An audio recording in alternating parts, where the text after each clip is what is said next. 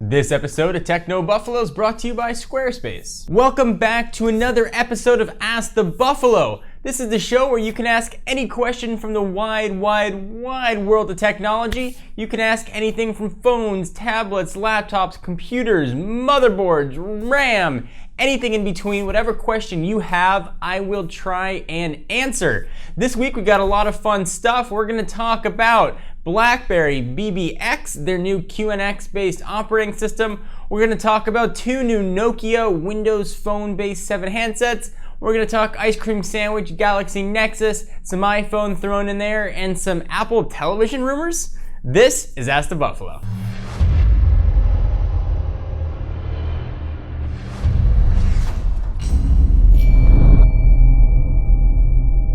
So if you want to ask a question, it's pretty easy to do. Once a week, every Tuesday on technobuffalo.com, we'll put up a post asking for your questions. You just leave your comments down below. Otherwise, if you're more into the social media thing, you could send me a question using the hashtag AskTheB to the Twitter handle at TechnoBuffalo. I'll read it and we will put it up here if it is selected. Let's go ahead and jump right into the questions. Our first question comes from Soham Adwani, who asks, "Hey John, will it be worth it to upgrade to OS 7 or should I wait from the awesomeness that is BBX? And do you think BBX is RIM's future?" So let me answer the second part of that question first. If RIM does have a future, BBX is definitely it.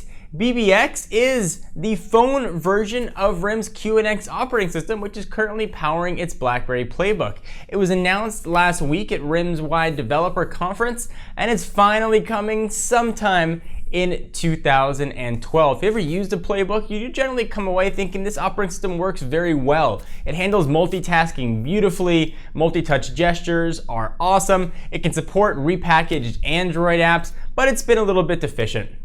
It didn't have a native calendar support, it didn't have BBM, and especially a mail client in there as well, it didn't have. Now RIM is going to be having all those things coming in early 2012, so hopefully that operating system will translate well to a smaller phone.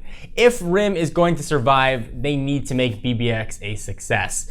OS 7 is the past, BBX the future. If you haven't upgraded to an OS 7 device yet, particularly the BlackBerry Bold 9900, which I used as my daily driver for a while and loved, don't bother, wait until 2012 for BBX. Our next question wants to talk a bit about Nokia, and this comes from user Holo Castaneda, who asks, will Nokia be back in the smartphone business with its release of Windows Phone? Well, if you ask a lot of people, especially those outside of the US, they'll say Nokia never left. Their market share, though, tells a different story.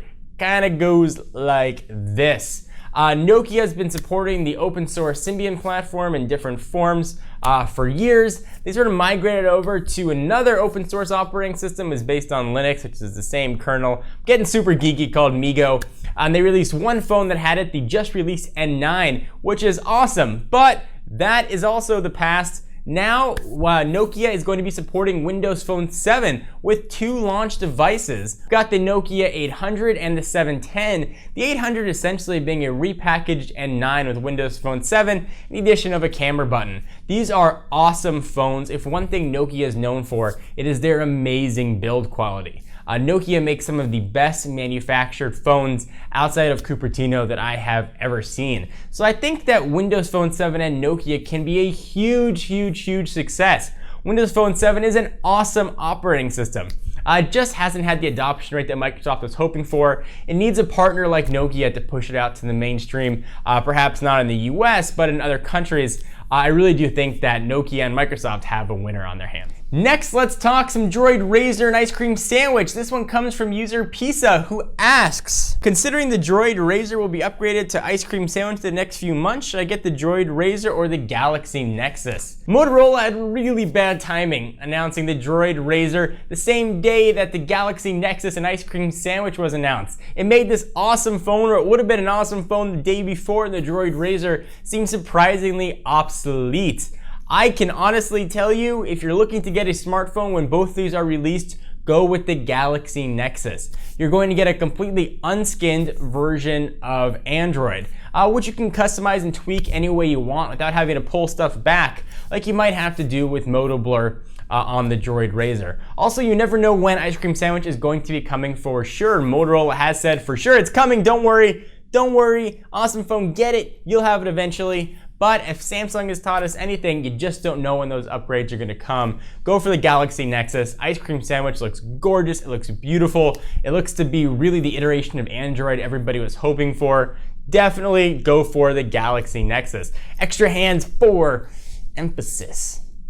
Emphasis hands, which are surprisingly similar to jazz hands and spirit fingers. If you want to start a website but you don't want to do the coding, take a look at Squarespace. They are a fully hosted platform, nothing to install. It's instantly updated and completely stable, point and click design and control, tons of flexibility. They've got beautiful galleries and slideshows all ready to go, 24-hour customer support. If you want to give it a shot, go to squarespace.com and use the coupon code TECHNO10 at checkout. If you want to show your support for us and show your support for the show and keep all of our lights on, definitely go check out Squarespace. Use the code TECHNO10. We appreciate it. Actually, a bit of history. When I first started in the website business, I started the Jon4Lakers.com site, which was a complete Squarespace site. So I've had experience with Squarespace. I like it. It really actually honestly does work very well. All right, so let's go ahead and jump into our last question. Comes from user Tommy2, who asks, is there going to be an Apple design television set? How much do you think it would be priced? Would you buy it?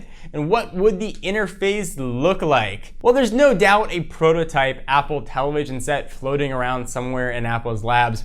Whether or not it gets released has yet to be seen. A lot of the fire on this rumor came from the Steve Jobs autobiography when he said he finally cracked the television set and how to make it easy to use and intuitive. But presumably the biggest obstacle to getting an Apple television set isn't the TV itself. It's actually going to be the companies that are putting out the content, so the networks, how to get that on to a device and bypassing some of the cable providers, which might be less than pleased about an Apple television set. As far as price, who knows? Apple products always come with a bit of a premium. If it's a 42-inch set, I certainly would expect it to be in about the $2,000 price range.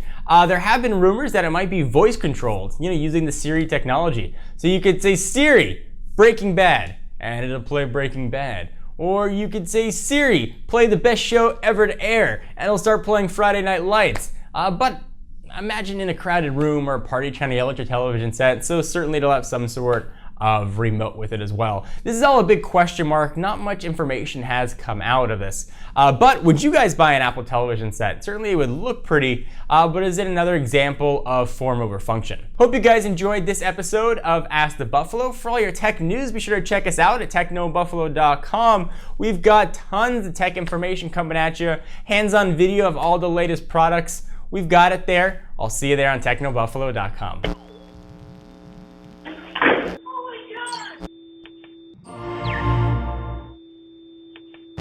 Woo! And scene.